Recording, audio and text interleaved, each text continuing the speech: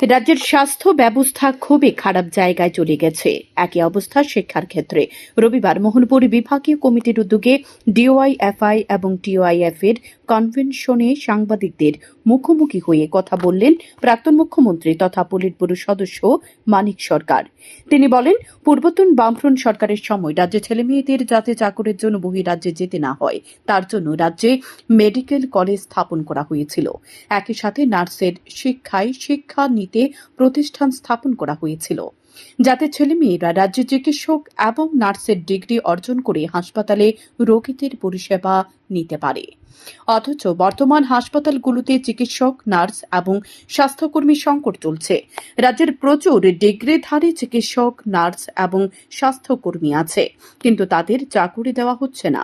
তৎকালীন বামফ্রন্ট সরকারের আমলে হাসপাতালগুলির মধ্যে সমস্ত ঔষধ বিনামূল্যে রোগীদের দেওয়া না গেলেও বহু ঔষধ রোগীদের বিনামূল্যে দেওয়ার বন্দোবস্ত করা হয়েছিল। এখন এগুলো পুরোপুরি বন্ধ হয়ে গেছে। বর্তমানে তো এমন অবস্থার সৃষ্টি হয়েছে যে অপারেশনের পর রোগীর পরিবারের সিরিঞ্জ, তুলা, ব্যান্ডেজ এর মতো সামগ্রীগুলিও কিনে দিতে হয়। একই অবস্থা শিক্ষাক্ষেত্রে। বামফ্রন্ট সরকার রাজ্যের বিভিন্ন মহকুমায় মহাবিদ্যালয় এবং রাজ্যের 2টি বিশ্ববিদ্যালয় স্থাপন করলেও সেগুলো আজ সঠিকভাবে চলছে না। কারণ একদিকে মহাবিদ্যালয়গুলির মধ্যে অধ্যক্ষের অভাব, বিদ্যালয়গুলির মধ্যে প্রধান শিক্ষক এবং বিষয়কেন্দ্রিক শিক্ষকের চরম সংকট। ফলে বিদ্যালয়গুলির মধ্যে পড়াশোনা একেবারে নিচের দিকে চলে যাচ্ছে। প্রাক্তন মুখ্যমন্ত্রী বিদ্যাজ্যোতি প্রকল্প নিয়ে তীব্র সমালোচনা করে বলেন, ইংরেজি মাধ্যমে পড়াশোনা করার জন্য উদ্যোগ নিয়েছে সরকার। এর আওতায় নিয়ে এসেছে বেশ কিছু স্কুল। লক্ষ্য করা গেছে সেসব স্কুলে শিক্ষক নেই, যার কারণে ছাত্রছাত্রীদের ক্লাস না করে বাড়ি চলে আসতে হচ্ছে। পরে যখন পরীক্ষায় বসছে তখন ফলাফল অত্যন্ত খারাপ হচ্ছে ছাত্রছাত্রীদের। এর জন্য মুখ্যমন্ত্রী তথা রাজ্যের শিক্ষামন্ত্রী ডাক্তার মানিক সাহাকে চিঠি দেওয়া হয়েছে। মুখ্যমন্ত্রীকে বলা হয়েছে বিষয়টি তিনি এড়িয়ে যেতে পারেন না। বিদ্যালয়গুলির মধ্যে ইংরেজি মাধ্যমে পড়াশোনা চালাতে যাতে ইংরেজি বিষয়ক শিক্ষক থাকে তার জন্য ব্যবস্থা করতে বলা হয়েছে। তিনি বলেন, বিদ্যাজ্যোতি প্রকল্পের বিপক্ষে নয় বর্তমান বিরোধী দল। সরকার বাছাই করা যেসব বিদ্যালয়গুলির মধ্যে এই প্রকল্প চালু করেছে সেসব বিদ্যালয়গুলির মধ্যে যাতে ইংরেজি বিষয়ক পাঠ দিতে পারে তার জন্য শিক্ষক নিয়োগ করুক। কারণ রাজ্যের বিরোধী দলও চায় রাজ্যের ছেলেমেয়েরা ইংরেজিতে পড়াশোনা করুক, কিন্তু সরকার যদি এর সঠিক বন্দোবস্ত না করতে পারে তাহলে এই প্রকল্প বাতিল করুক। পুরনো যে সিস্টেমে পড়াশোনা চলত সে সিস্টেমে পড়াশোনা চালু করার জন্য দাবি করেন তিনি। শিক্ষা এবং স্বাস্থ্য দুটি মানুষের পায়ের মতো, এগুলো ছাড়া চলা যায় না। সরকারকে শিক্ষা এবং স্বাস্থ্য ক্ষেত্রে গুরুত্ব দেওয়ার প্রয়োজন, কারণ শিক্ষা এবং স্বাস্থ্য দুটি রাজ্যের চরম অব্যবস্থার মুখোমুখি হয়ে আছে। এর জন্য দায়ী থাকবে সরকার। বরাবর শিক্ষা এবং স্বাস্থ্য ক্ষেত্রে নজর দেওয়ার জন্য সরকারের উদ্দেশ্যে দাবি করা হলেও সরকার নজর দিচ্ছে না। শিক্ষা এবং স্বাস্থ্যকে বেসরকারি সংস্থার হাতে তুলে দেওয়ার জন্য চেষ্টা করছে। তাহলে প্রচুর অর্থ কামাই হবে। এটি বন্ধ করতে হবে। সরকার যাতে শিক্ষা এবং স্বাস্থ্যকে নিয়ে কোনো ধরনের অবহেলা না করে সরকারকে দায়িত্ব নিতে হবে।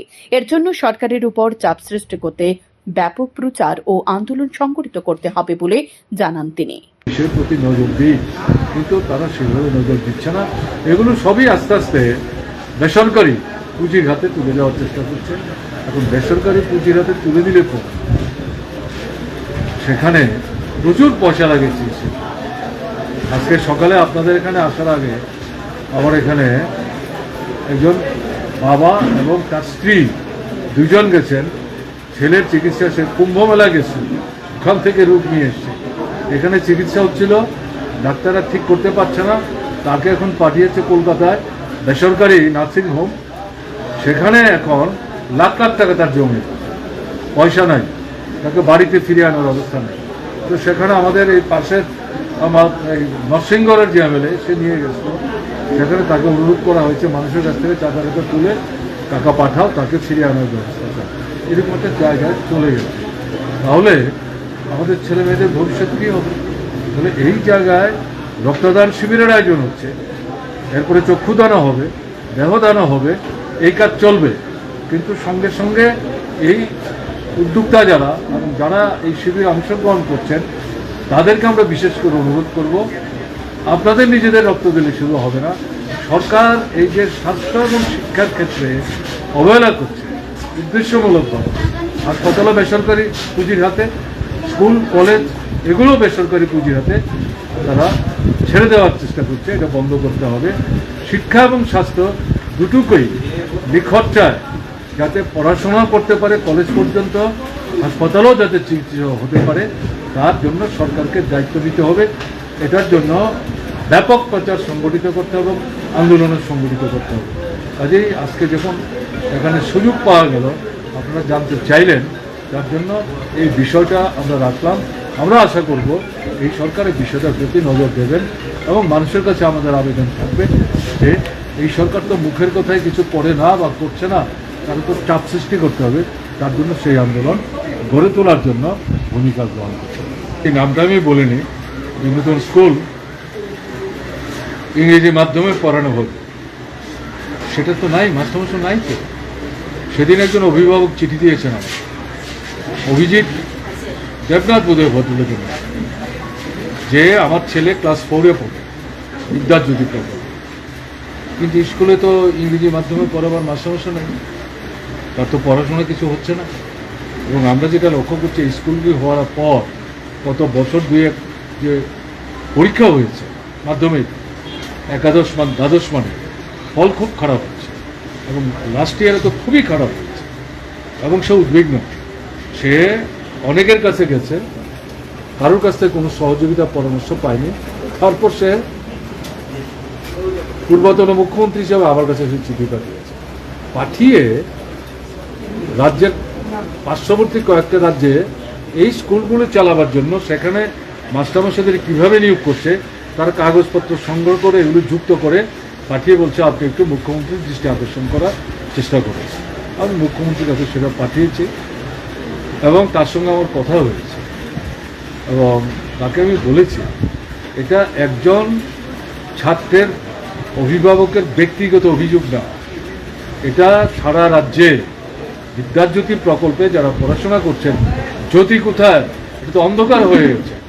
বদনাম তো আপনার হচ্ছে, আপনি মুখ্যমন্ত্রী, আপনি তো শিক্ষামন্ত্রীও, কাজে আপনি তো আপনার দায়িত্ব সেখানে অস্বীকার করতে পারেন না।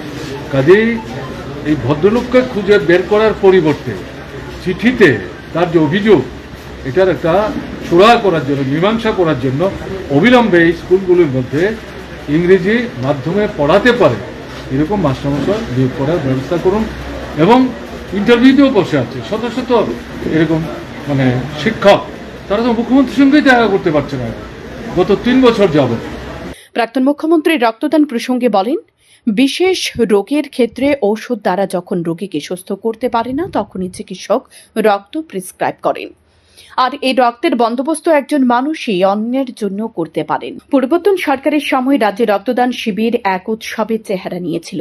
বিভিন্ন ক্লাব, সামাজিক সংস্থা ও ব্যবসায়িক প্রতিষ্ঠানগুলোর মধ্যে রক্তদান, দেহদান এবং চক্ষুদানের মতো কর্মসূচি করার ক্ষেত্রে বিশেষ উৎসাহিত হয়েছিল। অত্যন্ত দারুণ উদ্যোগ। মানুষের মধ্যে ঐক্য সংহতি রক্ষা করতে এর কোনো বিকল্প নেই বলে দাবি করেন তিনি। ইতিমধ্যে যারা রক্ত দিয়েছেন এবং রক্ত দেওয়ার জন্য যারা অপেক্ষা করছেন, তাদের সকলের সুস্বাস্থ্য কামনা করছে। রক্তের তো কোনো বিকল্প নেই, এটা দোকানে গেলে কিনতে পাওয়া যায় না, কিন্তু রক্ত ছাড়া তো মানুষ বাঁচবে না। ডাক্তার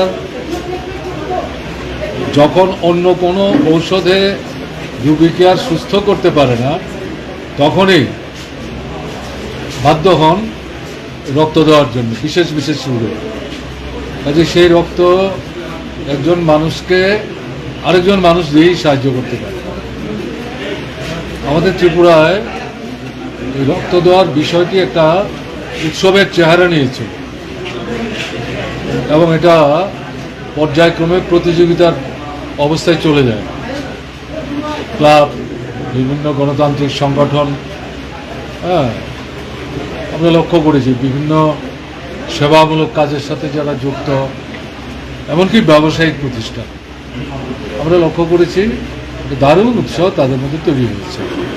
শুধু যে তারা রক্তদানের ব্যবস্থাই করতেন তা না, চক্ষুদান, দেহদান এগুলোও যুক্ত করেছে।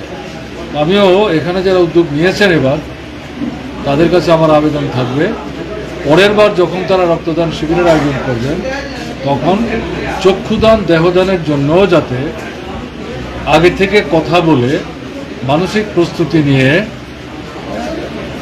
যারা দেবেন তাদেরকে সংগঠিত করতে হবে, কেমন না? কাজেই এই দিক থেকে এটা একটা দারুণ উদ্যোগ। দল না, মত না, ধর্ম না, বর্ণ না, সম্প্রদায় না, মানুষের মধ্যে ঐক্য সংহতি রক্ষা করার ক্ষেত্রে এই কর্মসূচির কোনো বিকল্প নেই। তো আমাদের রাজ্যে এখন যেটা দেখা যাচ্ছে যে স্বাস্থ্য পরিষেবা ব্যবস্থাটা খুবই খারাপ জায়গায় চলে যাচ্ছে। হাসপাতালে ডাক্তারের অভাব, এবং যাও ডাক্তারের সংখ্যা আছে তার সাথে মিলিয়ে যে সংখ্যক নার্স থাকা দরকার সেই নার্সের সংখ্যাও কম, এবং নার্সের পাশাপাশি স্বাস্থ্যকর্মী তাও দরকার আছে, কিন্তু এই সংখ্যাটাও খুব কম। ঘটনা কিন্তু এই না যে ত্রিপুরায় ডাক্তার নাই, নার্স নাই বা স্বাস্থ্যকর্মী নাই। বামফ্রন্ট সরকার থাকার সময়েই মেডিকেল কলেজ যেমন স্থাপন করেছে, তার সঙ্গে সঙ্গে এই নার্সের শিক্ষায় শিক্ষিত হওয়ার জন্য পুরুষ এবং মহিলা নির্বিশেষে তাদের জন্য প্রতিষ্ঠান স্থাপন করেছে, এবং এই সাথে সাথে কিছু বেসরকারি উদ্যোগও গ্রহণ করতে দেখা গেছে। এই সাথে এই যে স্বাস্থ্যকর্মী এদেরও যাতে এখানেই শিক্ষা লাভের সুযোগ পায় সেই প্রতিষ্ঠানও বামফ্রন্ট সরকার কিন্তু এখানে প্রতিষ্ঠিত করেছে। এর আগে ডাক্তার থেকে আরম্ভ করে স্বাস্থ্যকর্মী সব কিছুর জন্য ত্রিপুরার বাইরে যেতে হতো, কিন্তু বামফ্রন্ট সরকার আসার পর তাদের শাসনের শেষের 10-12 বছরের প্রচেষ্টায় এই সমস্ত ব্যবস্থাগুলি তারা করতে পেরেছে। এবং এখন যেটা দেখা যাচ্ছে আমাদের যে ডাক্তার আছে চাকরি পাচ্ছে না, নার্স আছে চাকরি পাচ্ছে না, স্বাস্থ্যকর্মী আছে চাকরি পাচ্ছে না। তো ডাক্তার, নার্স, স্বাস্থ্যকর্মী ছাড়া হাসপাতাল কি করে চলবে? পরে রক্তদান শিবির ঘুরে দেখেন প্রাক্তন মুখ্যমন্ত্রী। রক্তদাতাদের উৎসাহিত করেন তিনি। প্রাক্তন মুখ্যমন্ত্রীর সঙ্গে ছিলেন বিধায়ক নারায়ণ সরকার সহ অন্যান্যরা। শ্যামদুন টিভি।